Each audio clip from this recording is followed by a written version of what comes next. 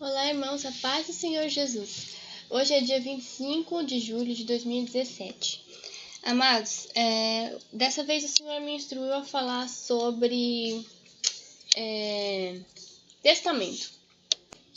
Uma coisa bastante interessante é que nos últimos dias o Senhor tem me instruído a falar sobre essas questões relativas à lei e à legalidade, sabe, amados? Eu não sei exatamente porquê ele está batendo tanto nessa tecla. Se fosse dependesse da minha vontade, eu estaria falando sobre outros assuntos.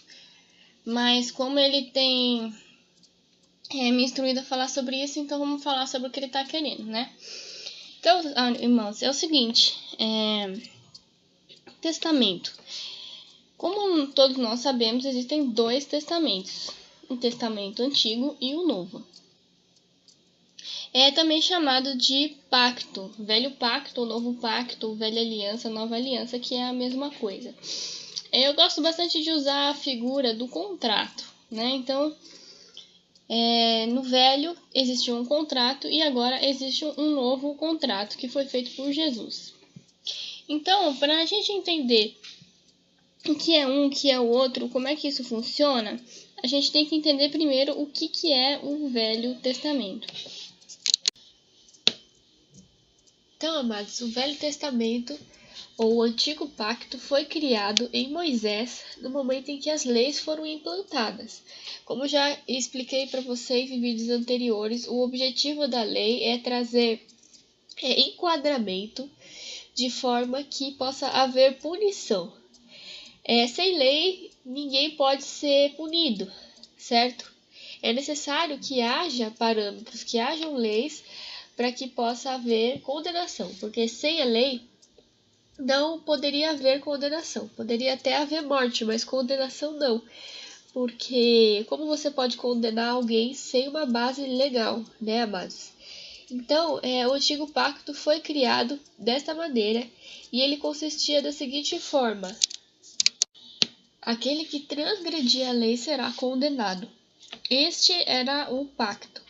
Então, era necessário cumprir toda a lei, para que não houvesse condenação. Então, amados, como fazer para cumprir toda a lei, né? Nenhum ser humano consegue cumprir toda a lei. Por quê? Porque dentro do nosso coração existe uma coisa chamada concupiscência. A concupiscência é o desejo pelo pecado. Como já expliquei para vocês em vídeos anteriores, a lei ela não muda o coração da pessoa. A lei ela só mostra o que é certo e o que é errado. A lei não é por si só má. Porém, como Paulo mesmo disse, pela lei eu tive o conhecimento do pecado. Então, por causa da concupiscência, o ser humano não consegue deixar de pecar, porque o desejo está dentro dele. Então, amados, foi necessário ser criado um novo pacto, um novo testamento. Então, só assim, eu tô repassando aquilo que é meio óbvio para poder explicar o que eu quero depois, tá? Então, naturalmente, Jesus ele foi trazido para estar cumprindo todo esse pacto anterior por nós no nosso lugar. Porque era impossível para o ser humano cumprir essas leis. Então, Jesus, com o seu sacrifício, ele cumpriu toda a lei por nós, levando os nossos pecados sobre ele. Porém, amados, quando Jesus morreu, ele deixou um novo testamento. Então, o que acontece? Quando alguém cria um testamento, é necessário que essa pessoa morra para que aquele testamento passe a valer, certo? Então está escrito em Hebreus 9,16, é isso que eu estou dizendo. Ele fala: pois onde há testamento, necessário é que intervenha a morte do testador, porque um testamento não tem força senão pela morte, visto que nunca tem valor enquanto o testador vive. Então, amados, quando Jesus morreu, ele anulou o velho pacto porque ele cumpriu tudo com a sua morte e trouxe um novo testamento para nós, certo? Ou seja, o Novo Testamento, ele anula o anterior, ele sobrepõe o anterior. E a partir do sacrifício de Cristo, a gente passa a viver esse novo pacto, esse novo testamento, que é o quê? O que Jesus trouxe no lugar do antigo? Ele trouxe uma nova lei. Essa nova lei é o seguinte, é o que ele fala lá. Um novo mandamento vos dou, que vos ameis uns aos outros como eu vos amei. Então, essa é a nova ordenança. Esse novo testamento, ele sobrepõe todos os anteriores. Por quê, amados? Porque o amor, ele é o maior de todas as leis, certo? Porque quem ama não descumpre lei nenhuma. Você não consegue fazer algo que prejudique a outra pessoa se você ama. Então, não é necessário mais haver leis, certo? Isso não significa que você vai rasgar o seu Velho Testamento. É necessário você observar, como está escrito, né? Que a gente pode observar, mas tomando bastante cuidado para você não voltar ao velho pacto. Porque tem uma passagem que diz o seguinte, em 2 Coríntios 3,15, que ele disse: sim, até o dia de hoje, sempre que Moisés é lido, um véu está posto sobre o coração deles. Então, amados, quando ele fala Moisés, ele está se referindo às leis, certo?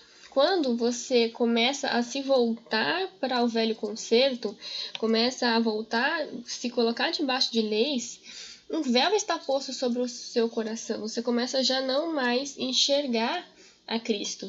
Você caiu da graça. Porque está escrito em Gálatas 4 que ele fala: separado estais de Cristo, vós, os que justificais pela lei, da graça tendes caído. Então, amados, o que é a graça? A graça é justamente o sangue de Cristo sobre nós que anula nossos pecados, de forma que eles param de existir. Então, quem está debaixo da graça, os pecados já não são mais visíveis, certo? Ele já não tem mais valor. Então, se você começa a se justificar pela lei, ou seja, você se torna um legalista, você caiu da graça. Significa que o sacrifício de Cristo já não está mais valendo para você. Tudo que Jesus fez já não tem mais valor, porque ele pagou pelos seus pecados e você está voltando para a lei, certo? Então, amados, a gente não deve voltar para o velho concerto. Jesus trouxe algo novo para nós e a gente tem que viver esse novo a cada dia, sabe, amados? Viver debaixo da graça de Cristo e do amor de Cristo. Eu sei de muitas pessoas e muitos irmãos, às vezes, que fazem um pouco de confusão com essa questão e acabam vivendo 2 testamentos ao mesmo tempo, né? A pessoa, ela é de Cristo, ela crê em Jesus, se arrependeu, mas ao mesmo tempo segue leis e ordenanças, né? Então, aqui não cabe a mim julgar ninguém, mas às vezes a gente vê isso. A pessoa, ela tá em cima do muro, ela tá dos 2 lados ao mesmo tempo. Isso não pode acontecer, amados. Ou a gente vive o novo concerto, ou a gente vive o velho concerto. Se a pessoa vive pela lei, isso é um problema muito sério, porque, como está escrito, nenhum tio da lei passará sem que todas as coisas sejam cumpridas. Então, a lei ela tem que ser cumprida em todos os aspectos, em todos os pontos. E isso é praticamente impossível para o ser humano. Na verdade, como está escrito, não há um justo nenhum sequer. Então, amados, se você for por esse caminho, você vai se colocar debaixo de servidão novamente. E mesmo que a pessoa consiga cumprir toda a lei, né, como os mestres da lei lá faziam, se você conseguir cumprir toda a lei, tintim por tintim, ainda assim você não vai conseguir se justificar diante de Deus por causa de uma coisa. Aqueles que vivem pela lei, eles cometem naturalmente muitas injustiças. Por quê? Porque muitas vezes, para cumprir a lei, você precisa faltar com amor e misericórdia com o seu próximo, né? Porque a lei, ela é pão, queijo, queijo. Não tem assim... O amor e a misericórdia não entram neste contexto. E era o que acontecia com os líderes religiosos da época, com os fariseus.